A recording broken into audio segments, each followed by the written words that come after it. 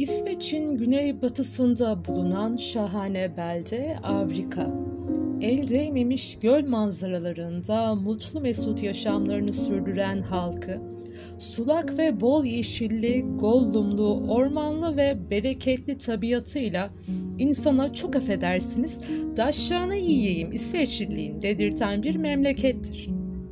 Nasıl oluyor da huzur dolu Arvika'nın bu İsveç memleketinin çoğunluğu sarı kapalı süt tenli yurttaşları heavy, rock, metal, glam ve hatta death metal gibi şeytanlı müziklere meftun oluyor dersiniz. Sebebi Arvika'nın sadece doğal güzellikleriyle değil, aynı zamanda müthiş bir canlı müzik ve kültür sahnesine sahip olmasıyla da meşhurdur.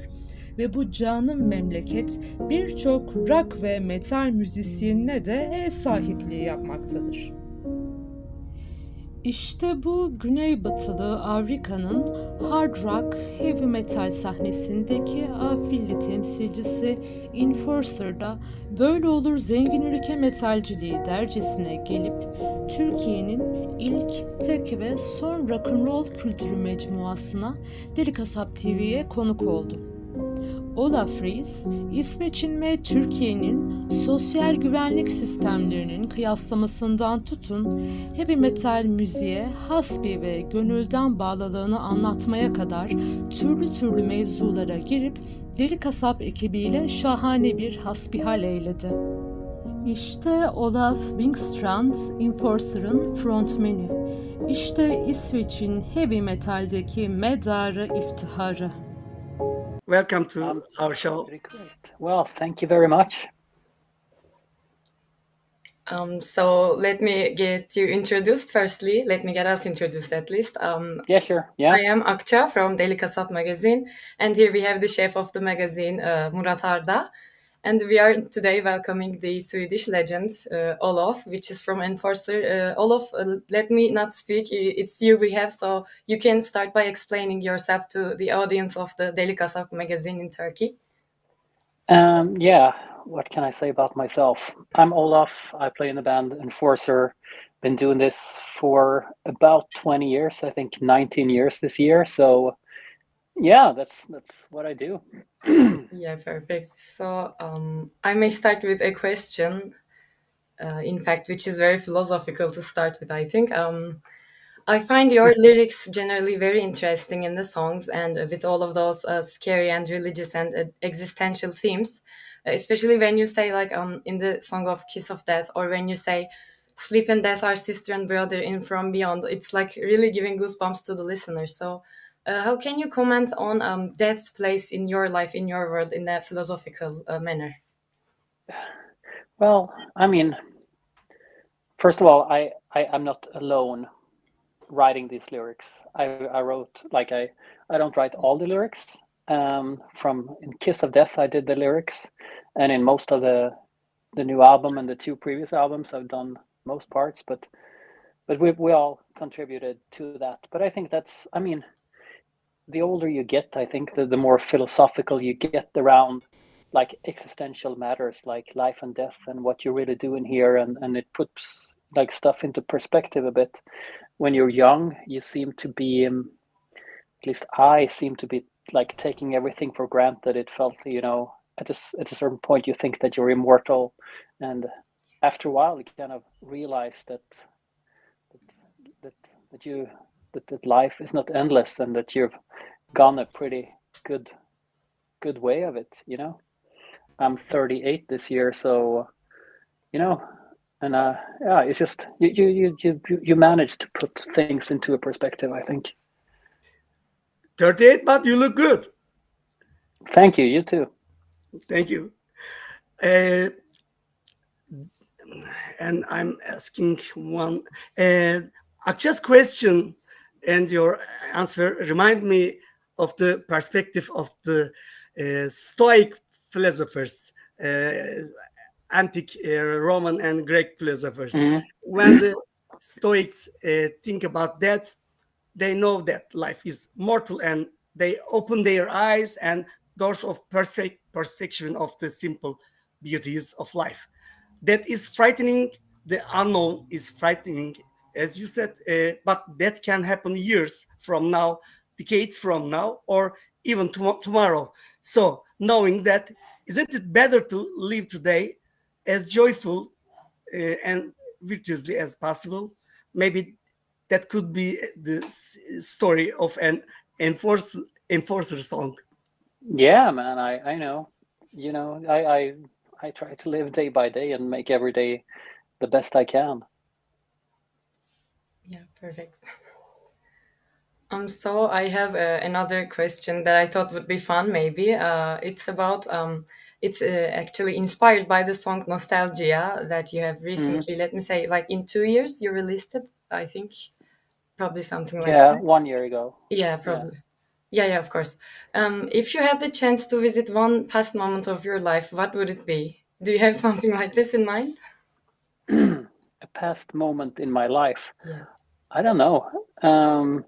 I think the further back, the more interesting it would be to see myself as a child, or to once again meet with people that are long gone. That would be something, I guess, if I had the chance. But I wouldn't like redo anything or make anything different. I'm happy with where my life has been taking me. Yeah. So you do not have any regrets. That's good. No. Perfect. Another song maybe, or another question I was gonna say, but seeing you with the guitar made me say song. Do you have anything like to play to us, or maybe I can ask that later? Maybe you can ask that later. I don't know. Yeah, okay, I okay. just I just like to have it in my. Yeah, perfect. It's a bit of a, you know, it's a bit of comfort for me Yeah, to. perfect. What's the brand of it, anyways? No, it's a copy. It's a Bernie, like Les Paul copy. Yeah. I play this at home for, I don't know. I have some guitars at my parents' house, and I have some at the studio, and then I have a couple of guitars at home. So this is the one that I've been playing mostly in my apartment, in my Stockholm apartment, since a couple of, maybe this year. Good, yeah. Enjoy it and Yeah. play as much as you can so we can hear some good songs. Yeah, I'm trying my best. Yeah. Another question that may be a tip for vocals is that it's very much obvious that you are very enjoying life, like having a good beer, having good drinks, and having good food. How do you manage to keep your sound, defend your sound while having all of those nice stuff? And then how can you still reach those high notes after all these years? Do you have any tips or? Oh, I don't think it has any. First of all, I don't think it has anything to do with age. You know, I thought that, but you know, for example, James Hetfield was like 29 when he stopped singing aggressively, but I still do. So, you know, I always thought that was because he got older, but I think it's just like it's more of an identification thing. You know, I can sing like this, and I think that I will be able to sing like this for my entire life. How do I take care of the voice? I don't, honestly. I go out and I do stupid shit when I'm out touring, you know, or when I'm out playing, enjoying my life. So I try not to care about it too much. You know, I was super worried for it for the first for the first 10 years of the band's existence, but no, I can't. You know, I just do my best every night, and that's it. You know, I honestly don't think that people care so much, you know, because you play a show, you're in a context where everything is loud and violent, and if I sing perfect or if I'm, you know, sound a little bit strained, I don't think anyone will notice unless it's like obviously, you know. Yeah. I sing best in the studio, definitely, and I play best in the studio, and that's, you know, and on the records, that's how I want people to listen to us at home, but if you come to see us live, I think it's much more about delivering like a show or like an attitude, you know, that it is to deliver perfect music. You know, that's how I see it. You know, it's yeah. You want to deliver the energy. You want to interact with the crowd, and you know, if I play every note right or if I sing every note right, you know, it doesn't matter. Because it's not about that. Yeah. Dear Olof, your voice is very very suitable for heavy metal, and as well as hard rock ballads and different genres of rock music. Maybe we can call Enforcer a cross-genre band. Which musical genre, which musical style would you prefer to be known more in your career? Well, for Enforcer, I think that if I was to choose any like type of music, I would say heavy metal, because to me heavy metal is the heaviest of every rock subgenres, and it's also the most the most wide one, the subgenre that has the least boundaries. You know, heavy metal bands like Judas Priest and Iron Maiden and Scorpions and those kind of bands, you know, that you can do literally anything within that genre. If you play death metal, you have to have growls and you have to have blast beats, or people will. But in heavy metal, you can do anything from ballads to fast and aggressive stuff. It's literally, as I see it, it's completely limitless. If you listen to bands like Judas Priest, they have everything. They have such a variety of all the songs, but still they manage to do it under their name, and that's something that inspired me too. I think that, you know, I compare myself to Judas Priest and Dio. That's kind of the style that I'm going for, you know. But then of course I'm inspired by everything around that. I'm even inspired by music that I don't like. You know, you're in a mall and you hear a stupid song on radio, but there's just a melody that gets stuck and that can inspire me, even though I don't like it. But you know, everything can inspire. But the bands that I identify with are a lot Judas Priest and a lot Dio. Yeah. Yeah, perfect. It sounds like this, yeah. Yeah. Also, do you have any thoughts about Swedish music industry in those terms? Do you have any references you give to, like, country-wise to Sweden, or is it like? There is a fairly, like, there's a lot of bands in Sweden, and what that depend on, I think that, you know, we have such a social security system in Sweden, so people are inclined to chase their dreams. I think, for example, in Turkey, where you don't have the same social security, you know, your mother will probably kill you if you said that I'm going to be a rock musician. Well, you're not going to take care of the family. You're not going to, like, make money. You know, that wouldn't work. I'm just saying that. Maybe not in Turkey, but I haven't spent enough time in Turkey to know that. But definitely in South Europe in general, there's like an attitude that you should, like, provide. But here in North Europe, it's much more about, you know, the culture is more about exploring, because you know that if you fail, you can always get a second and a third and a fourth chance. So I think that's why there are more bands here, because you can just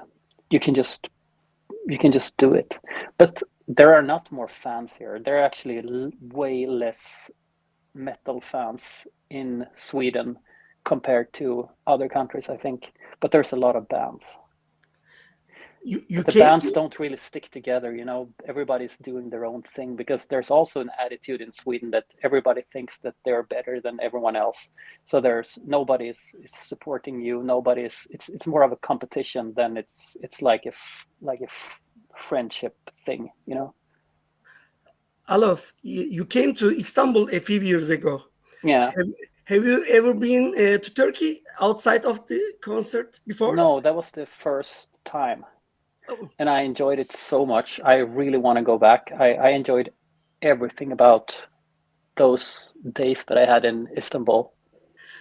What was the strangest thing you have witnessed during your concert? And it doesn't matter, it's funny or weird. Maybe it's something you find strange because of the difference in our cultures. You mean when we played in Istanbul or when we Yeah. played in? I don't know, but maybe shame on me, but I thought that things would be a bit more exotic in Turkey than they actually were. But you didn't see camels. No, nothing like that. No. They always And that say surprised me. No, and I made a lot of friends. I made a lot of friends that I'm still in contact with today. And we had because we spent like 3 or 4 days there and hanging out with people at a bunch of rock bars, hanging out with fans, hanging out with people, eating great food, going to parties, after parties, out and sightsee. I had a great time there. I hope you come again. I hope so too. Yeah. Any other questions? I may ask you about your guitar journey as a personal beginning. What was the moment that you said you were going to be a guitarist after all? How did you choose the path? I don't know. I played guitar. I think it was like the love for music or the music. I think that's because both my parents are playing a lot of music. My dad is a violinist, and my mom plays all kinds of, or at least they used to when I was a kid. So there's like a very strong musical culture in my family. But I played when I was 5 years old. My mom put me into music school to play the accordion, and that's how I started. But around the same time, I discovered heavy metal, and they didn't play accordion; they played guitar. Luckily, my dad had an electric guitar, so I started to play that, and learn, just playing around with it. Are they also metal fan? They like our music, but that's more in a supportive way. But my mom is more into country. My dad is into classical and folk and jazz. So that's where that comes from. Genres that I've picked up as an adult. So I'm heavily into that now too. But and when I was a few years later, I exchanged the accordion for a guitar, and I started to take guitar lessons instead, because there was like a bit of a line to get into guitar lessons. So you had to wait until the lessons were available. But it was I think it was more to be able to recreate the music that I loved, because I discovered heavy metal at a very young age. I think 5-6 years old, and since that I've been hooked on it. But I would say that I was a pretty shitty guitar player up until I never got past a certain level. I was very stiff, and I could until I maybe 6-7 years ago, I started to practice like much more focused. I think I tripled my guitar skills in a short time. So that's now I'm mediocre, I would say. No way. But I know music. I'm not a great guitar player. I'm much more of a musician. I know chords, I know compositions, I know all that kind of things way more than I'm a show-off guitar player. You know what I mean? So how do you evaluate your voice? What can you say about your own? It's the same thing. I don't necessarily like singing. I started to sing because nobody else could sing, and that's still, maybe at this point it's more because it's practical to sing myself, because then I don't have to involve more people. It's always complicated involving people, because that takes time. It requires dedication, and people, everybody get into what you're doing for a while, and they drift out of that, and it always goes back and forth. So it's really nice to be able to do like the basics of music, vocals and guitars on my own.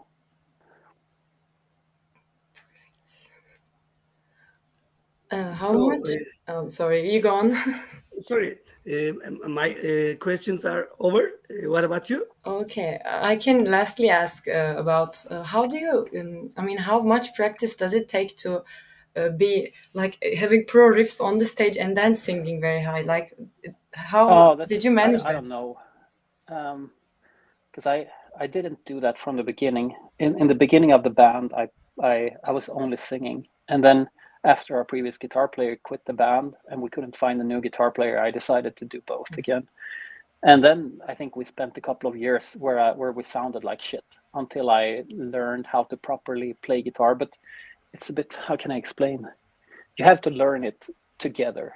It has to you have to put all the rhythms, if you have a vocal rhythm that is like, and then you have a guitar rhythm that is, you have to put them together in your head. So it's like the rhythm of both guitar and vocals are a rhythm where all these rhythms are put together, rather than trying to think about it as two different things. If you know what I mean, if you understand what I mean. Yeah, you get them in one piece and then you... Yeah, I get it. Yeah. Very good. Yeah. Super. I think that's all for me as well. Do we have any other thing? Nowadays, there are so many concerts in Turkey and in Istanbul. Maybe the companies, organizers hear our voice, and Olof and his bands maybe come together to Turkey again. I would love to. It's been 5 years this year, I think. Yeah. So yeah, let's do it. Do you have any festivals or stuff like that in Turkey, or is it mostly club shows? Yeah, mostly club shows, but this year we have, I think we have one festivals. Maybe the festival owners can hear us, and maybe they invite you. Yeah, we would love to do it. I think it's time to return to Turkey. I hope. And as for a while, I'll be staying in Paris. I also expect you in Paris if you have any chance. Yeah. Yeah, Paris is hard though, because it's like the rents of the venues are so Exactly. high. That's a lot of bands don't play Paris; they play outside of Paris. Mm-hmm. So there are festivals outside of France, but not in Paris, as I've heard. Yeah. That's a bit of that's a bad thing about these huge cities. Yeah. Okay. Thank you for your time. Thank you. Olof. Nice to meet you. Nice to meet you. And we hope to see you in concert in Istanbul. Yes. Absolutely. See you next time. See you. Tack så mycket. Take care. Do we say it like that? Yeah. Yeah, that's perfect. Thank you. Thank you. Bye.